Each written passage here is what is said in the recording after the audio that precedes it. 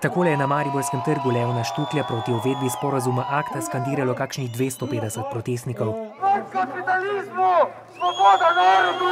Zgubil sem službo, zgubil sem vse, kaj še mi je ostalo? Nič. Še to vzamejo, potem smo res sužni. Da je to začetek nekega novega svetovnega reda, da prehajamo v nek sistem, kjer nas bo imela peščica ljudi pod totalno kontrolo. ACTA je napad na svobodo spleta, omogoča cenzuro in daje operaterjem pooblastila, da kršiteljem avtorskih pravic ukinejo spletno povezavo. Znanje angleščine, znanje tujih jezikov, znanje določenih tehnik, vse se učiš preko YouTubea, preko Wikipedije, Google nam pomaga. Protestnike moti, da so države sporazumu se od leta 2006 pripravljale v tajnosti. Podpisalo ga je 22 držav.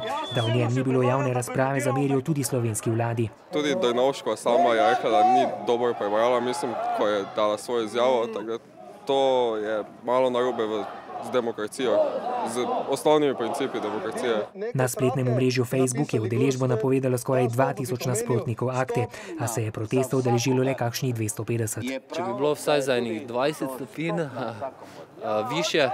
višji Celzij, bi tu bilo vsaj 1000, če ne 1500 ljudi. Tako da ni razočaranje, kvečemu navdušenje nad temi, ki so prišli zmrzovati na -10. Kljub temu ne ostajajo sami. Še danes bodo potekali protesti tudi v drugih evropskih državah.